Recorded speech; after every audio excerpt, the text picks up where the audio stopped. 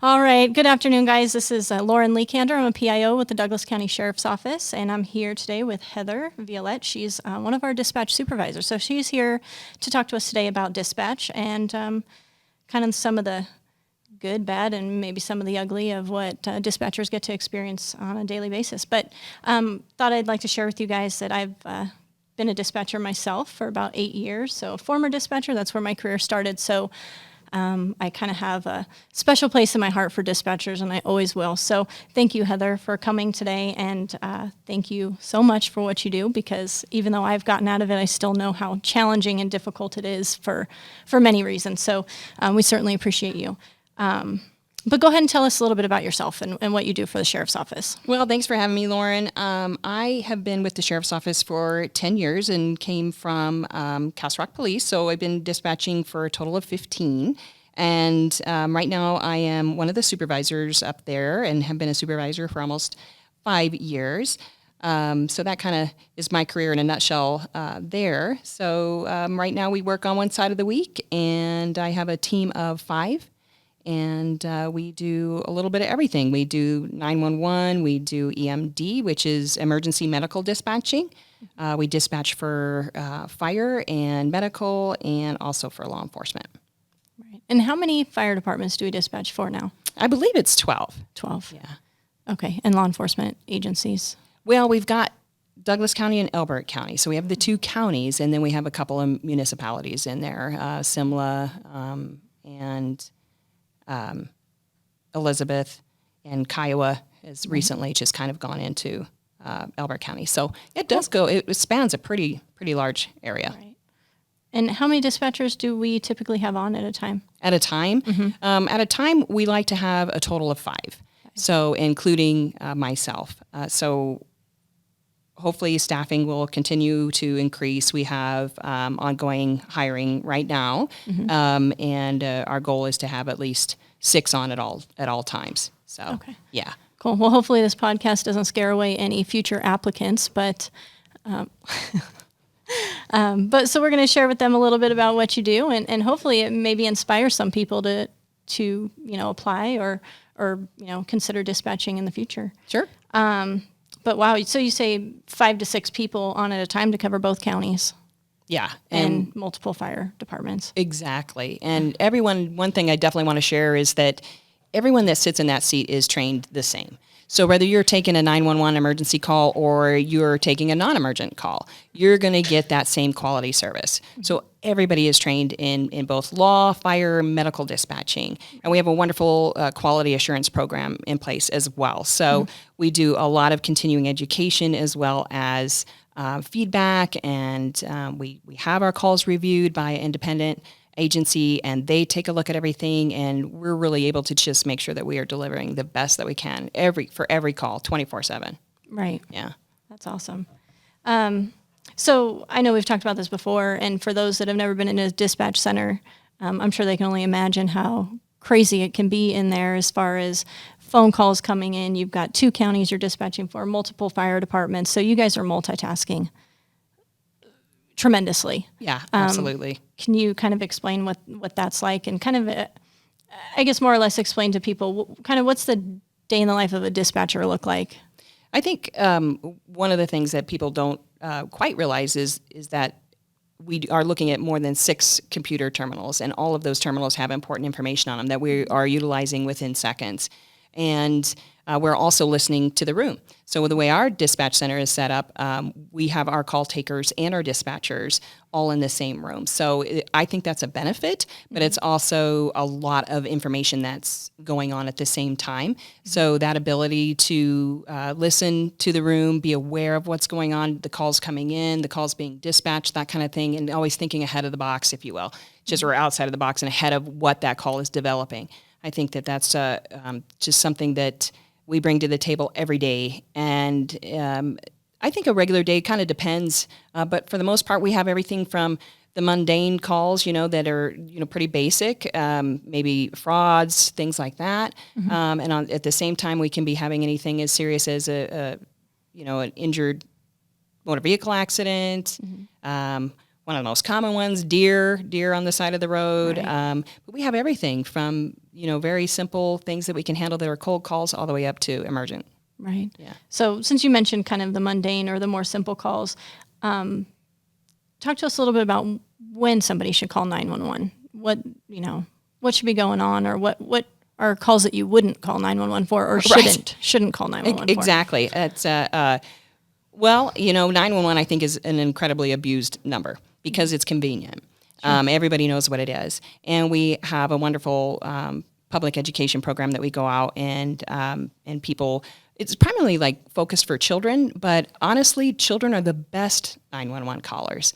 Other than, the couple of ones that like to do the prank, they want to check it out, make sure. My own child did that. It was great.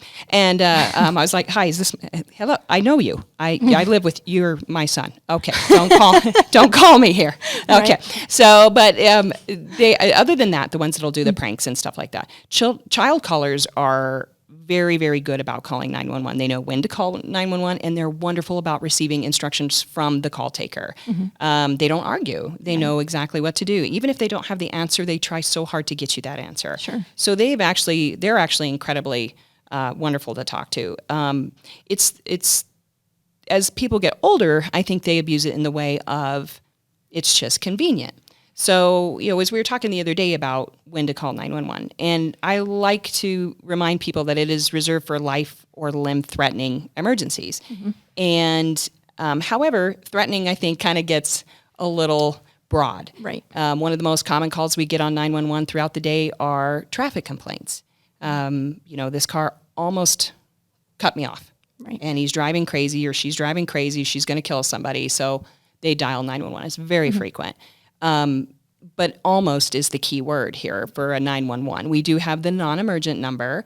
You're going to get the same trained person. You're going to get the same quality, you call taker that's going to take that information and try to follow what is it going on. So I don't want to dismiss the seriousness of a traffic incident, but almost cutting you off is not a 911 emergency, as opposed to I cut my arm and it's almost falling off. So that is a big difference. Yeah. So, you're bleeding severely.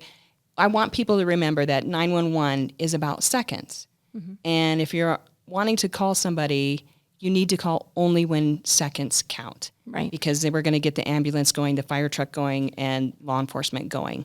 And it's when seconds count, when somebody's really, truly at a threat of life or limb.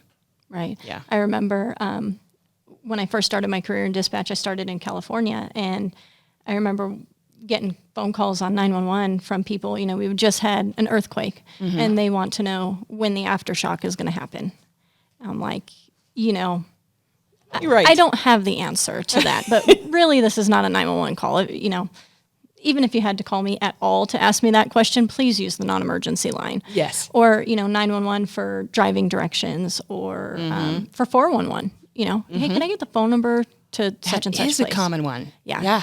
Yep. So it can be frustrating, and I can see, you and I were talking the other day about how that, how would you feel knowing that you took up that 911 line when that mother of that baby that's not breathing needed to get onto that line? Exactly. Needed that person. So I think it's important that people just remember, when it's appropriate to use 911 and for what reasons and things like that. Exactly. And it just feel confident that you're still going to get excellent service and those people that are there for you, even on a non-emergent line. I think a lot of it is they just don't have that in their phone. With so many smartphones out there, that's something that you can easily just program in on a speed dial and that kind of thing. And in addition, just kind of bringing up the smartphones, another common call we get are pocket dials. That takes a tremendous amount of calls into the center because we have to treat that as a possible emergency. So it takes one of my call takers has to take that time to call that caller back and listen to the phone ring. And oftentimes we just get a recording, voicemail or whatnot, or people go, oh, I didn't call. And it's usually because the phone wasn't secured, and each phone is different that way. So pocket dialers are a very, very common 911 call that is really utilizing precious resources. It isn't an endless cloud in the sky of tons of people that are, nationwide that can answer 911. Because you can actually get a busy signal, right, calling 911. if the system does get overloaded, absolutely. Now, as a safety in place, most 911 centers, if they do get overloaded in big incidences, it will roll to the next nearest center. So, but that's not to say that that's not a significant delay in an emergency that shouldn't be delayed. Right. So that's why it is so important to just keep those emergency calls to the life and limb threatening. Right. Yeah. And when those calls get filtered or shifted over to another center, that also means you're reaching dispatchers that aren't familiar with the area, that may not know where you're calling from, which also leads me to my other question is, when you start asking people, 911, what's the address of your emergency, how important is it that somebody actually give you the most accurate location that they can? Extremely important. Again, it goes right back to seconds. We understand and we're trained to work with people who are going through a very traumatic event, but also people are very angry and they get impatient about the questions that we're asking. Sure. But if they just listen and take a deep breath, listen and answer those questions, those direct questions, we're going to be able to get help to you a lot faster. Right. When we ask 911, what's the address of your emergency? Very often they just don't even hear it. Whether they're angry about something, about the car that cut them off, or they're very upset about something, they don't even hear that. And oftentimes you'll get my house, and then we just, okay, where is my house? In Castle Rock or in Highlands Ranch. Okay, what's the address? What are the numerics and that kind of thing. So we're kind of going down a list. So those are the kind of things. Just try to take a deep breath. You're talking to a nice, normal person on the other line, and we're here to help you. We know how to do it. So let us do that for you. We'll guide you through it. And it's important for people to know that as long as you have an address, essentially an address is what's going to start your call, right? So you can't put anything into the system to tell an officer or a deputy where to go until you have an address. So it doesn't matter if you're having a medical issue, you're having, there's an injury, there's anything, whatever that situation is, until you have an address, nobody's going anywhere. So it does make it challenging, and I do think with certain television shows and whatnot, and with technology and cell phones and being able to, like, a lot of people have apps on their phones where they're able to follow their own friends, or our parents are able to actually see where the phone is going with their kids. And I think that they think that we're going to have that same technology. Right. And it's not that we don't, but there are laws in place that protect privacy. Right. And so that's not something that we can tap into as easily as a parent can on a phone app that they may have with a shared plan. So that's something that's very important, because a lot of people think they just dialed 911. I immediately, somewhere, magically, it just pops up. Now, it does help sometimes. I can see Latin long, cross streets are very helpful, that kind of thing. We can at least build and get going in the right direction. Sure. But oftentimes, if they blurt out a location and say, just get here, and then disconnect, I don't know what I need to send. Right. Is it going to be law enforcement? Is it going to be an ambulance? Or is it a fire? So again, just some real basic questions. Right. Listen, take that time. We're going to help you. Yeah.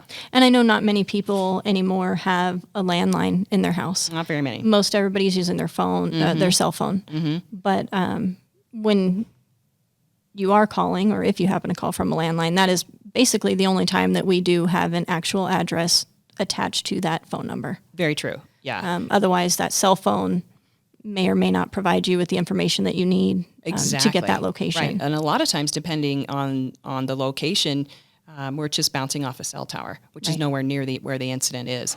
And it makes me remember a call that I got many years ago up in what we call District 8. So it's the Pike National Forest.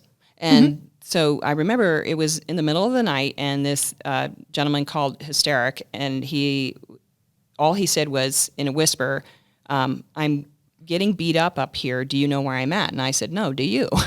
Because it's hitting off a cell tower. Right. And up in that wooded area, oh my goodness. And there's so many campsites. And that's a very difficult area, because a lot of people go up hiking and they get hurt and they don't remember what trail they're on and that kind of thing. So even, just kind of be aware, and try to help us help you.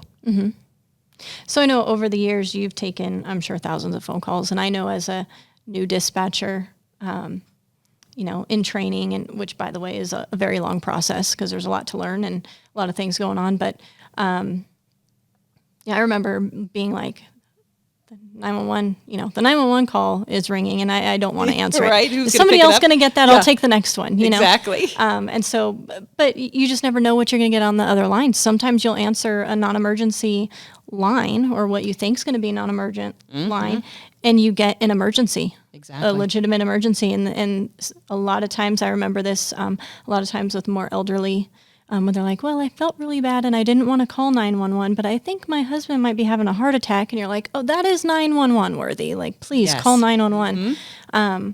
But so with your, your experience with all this, what are some of the things that you've taken on 911 that you're like, please leave this line open for somebody who has a legitimate emergency? Oh gosh, well there's a lot of them. Of course, like a deer that's getting ready to cross the road.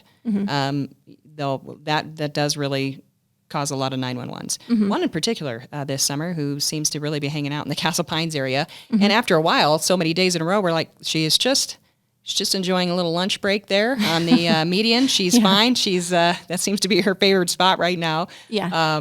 I do understand that people think that they're being proactive. Sure. But we're not going to be able to, that's definitely not something that you want to take that line up for.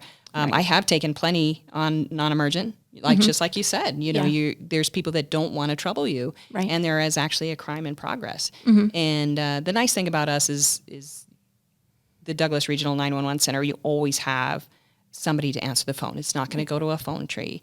So unless we're having unbelievable overload on the phone system, which I have not actually seen very often in my career here, you're going to get a great person who knows how to help you, even on the non-emergent. But right. Same thing. Somebody who's maybe taken too many pills, that kind of thing, on a non-emergent, and you're like, oh, okay, let's get going on that. You can definitely call 911 for that. Yeah. And explain to the call or to the audience, maybe, what do you really enjoy about what you do?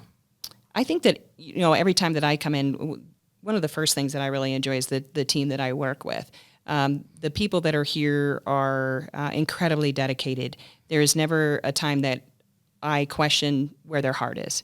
And we have a wonderful sheriff's office that really helps us with continued education and training. And a lot of people also, as times have changed, we are also CIT trained.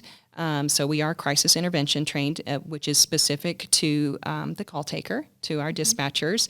So we are absolutely, well versed in that. That is something that we deal with every single day. Right. People are just having a rough go. They don't feel good. They're going through some sort of a crisis, and we're there to help. And that's what we're trained to do. So I'm proud to be here every day. I also don't ever question why I'm here, because it really does feel good to give back. It really does feel good when somebody's delivered a baby and the fire department gets on scene and you hear, oh, is it a girl or a boy? And or you hear the baby cry, and then the whole center just erupts in, applause, and everyone's really happy and that kind of thing. CPR, that's a save. We have absolutely had a few of those. And so those are, you just don't get that in a normal job. And that is wonderful. So it makes it worth it. Yeah. There's definitely benefits to this type of position that you don't get in any other job around, out there. I think so. Yeah. There's also a lot of stress. Sure. There's a lot of stress on my partners and my teammates. It's part of what makes us bond tightly as a family. But it is a lot of stress. And it is something that, we do 40 plus hours a week, 12-hour shifts, that kind of thing. You just literally, you can take a very tragic call like a drowning, and you have no time to de-stress from that. There is no time. You can't get up out of your chair, to just go sit and kind of embrace that or work through that or that kind of thing. So you pick up the next call. Yeah, you're literally from one to the next. To the other, and it can be a pendulum, which is actually, in my opinion, sometimes a lot harder to handle. Where this is a real day, as you said. What is a day like in dispatch?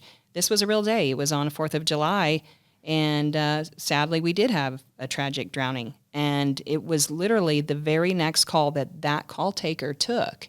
And it was a caller complaining about the fireworks. And not a nice caller. And was really rough and rude to my call taker. And I knew he hadn't even hung up just 1 second prior. And so those kind of things do take their toll. But we have each other, and you know, we talk a lot, and we laugh a lot, and we get through it. Right. Yeah. So how important then, since you touched on it, how important is, self-care for dispatchers and making sure that you're, everybody's taking care of themselves? And for you as a supervisor, what are you looking for? Are you looking out for specific things in your dispatchers to make sure that they are doing okay and not exhibiting signs of any sort of, struggles, which, is normal, but, is there anything that you look for specifically or look after to make sure that these guys are taking care of themselves so that they can continue to do what they do? We have a wonderful program here that Dan Bright has really spearheaded for us, and we're able to, we start to learn about recognize the signs, and you just have that more open conversation. It's not nearly as negative to talk about it. Right. It used to be, you need to work through it. You just get through it. Stop your crying, if you will. Yeah. And now that's really not the direction that everything is going. We're really a lot more cautious about it. And I think as far as recognizing it as a supervisor, you may see somebody who's, calling out sick more, late more, a little more short-tempered, that kind of thing, and it happens to all of us. And you work through it, and you work together, and you tap into those resources, which is classic, the talk therapy, exercise, healthy diet, rest, that kind of thing. And really, for me personally, what I've really relied on over the years is my husband. He's wonderful. And he has been such a wonderful sounding board and incredibly supportive and great feedback. And not always the feedback I want. Right. He helps me to grow too in my career. I come home and want to share things with him. So he's been a huge part of me staying grounded and just continuing to grow in the job. So it's important to have a supportive family environment if you're going to enter into this field. That is critical, not only for the shift work, but the stress that comes with it, the need to talk about really ugly incidences that you don't want to hear. Right. But you need to get that out. Right. And I think that helps a lot. And I know, several years ago or, even in the past, it was just, dispatchers were never really thought of as maybe having struggles with some of these things. It was mostly the line level people or the guys that were actually out in the field and seeing these things. But over the years, I think data has proven that, dispatchers can, are just as exposed to a lot of very traumatic things as the deputies and officers out on the road and stuff like that as well. So it's important, even, if you're listening and you are a dispatcher or like Heather said, maybe considering this line of work, just know that there are resources out there. There's people you can talk to, having good family support, some good friends, things like that. People, identify those people in your life that you can contact and talk to, no matter what, because you will, at some point in this line of work, you will run into one of those calls that you may just be taken back from. And so when that time happens, you want to have all those players already in place to help with your support. Exactly. So the other day when we were talking about this podcast, you shared with me kind of a more lighthearted, funny story of a caller that called 911. And so I was hoping you would share that with us today, the little 2-year-old, I think you said it was, she was right? about 2. Again, going back to child callers are some of my favorite. And another thing that the public doesn't know is that a phone, if it has a battery life, it doesn't have to be activated, if you will. So, it doesn't have to have service. Yeah, so I still feel like I have to look at you. So they give phones for the little ones to play with, and then, you'll get your 911. So in this particular call, I didn't really quite understand what she was doing, but I picked up pretty quickly that it was a very young caller, and she was babbling, and she was telling me about her little lovey that she was sleeping with. I forget what his name was, Peanut or something like that. And then, and I could hear an adult in the background, and I kept saying, can you put Daddy on the phone? And then I'd hear the adult voice fade away, and I was like, no, have Daddy come back. So in that meantime of Dad coming back and forth, we had a lovely chat. She was super proud that she had pooped in the potty that day, and that is really what she wanted to tell me. Right. And I was like, that is awesome, sweetheart. That is good for you. That was a good day. Right. You know, anytime you can poop in the potty, regardless of age, good day. So, so then finally Dad did come in and he goes, oh no, he picks up the phone. I thought she was talking to her mom, who obviously was working shift work and stuff. And he was very apologetic, but you know, those just make you laugh. Those just make you smile. And then the other one, which was just one of my favorites for sure, came at a timely, time and a very stressful time for the sheriff's office, was this young man. And when I say man, I know he was in high school, but he sounded, older. He sounded like an adult. Mm-hmm. He had just recently had his wisdom teeth pulled, and we didn't know. So it's 911. What's the address of your emergency? And of course, he's very slurred, and you don't know what you're going to get. Mm-hmm.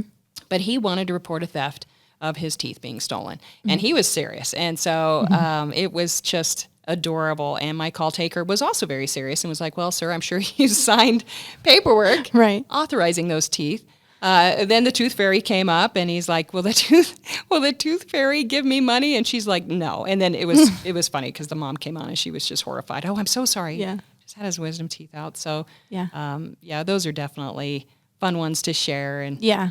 We don't tend to get those super often, but when we do, it's like, it just makes, sometimes it just makes your day because, totally. Like you've said, some of the calls that you're taking all day are pretty taxing, whether you're, you've got an irate caller, someone has been cussing you out for the last 10 minutes, you just never know what you're going to get. And then, sometimes you get one of these and you're like, thank you. Exactly. I just needed that today.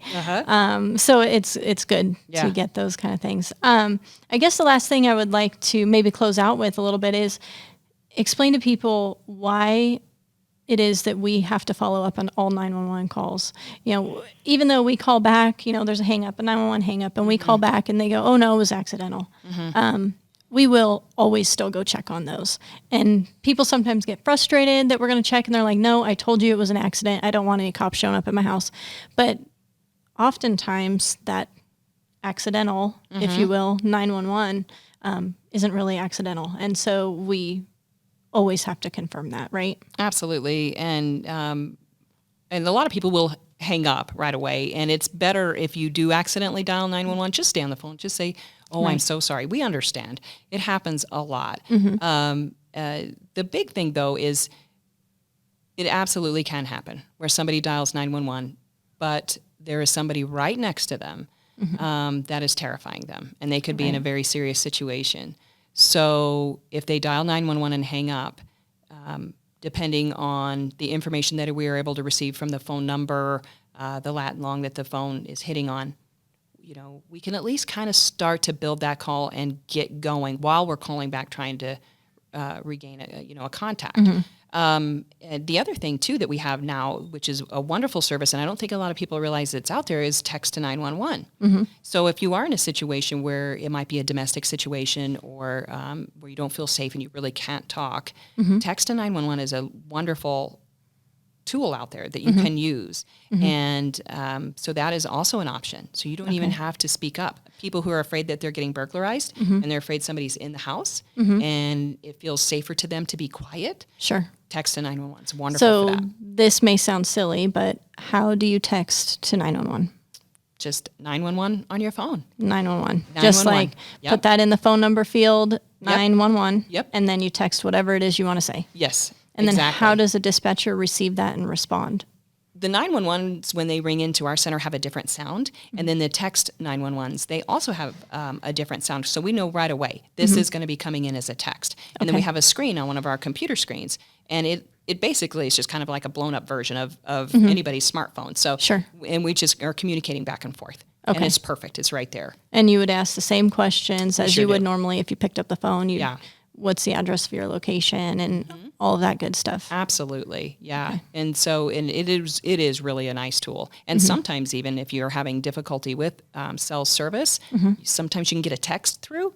So that's another really good option. Just keep in mind that whenever you're reaching out to 911, location, location, location. So we'll get to, even if we lose you, if we've got a location, we can at least get resources started. Right. And it's important to recognize, too, that text to 911 doesn't exist everywhere, but it does here in Douglas County. It absolutely does. So how about for those out in Elbert County? Yeah. So anywhere that we service, that our center services That's can correct. receive text to 911. Yes. So Elbert County, Douglas County.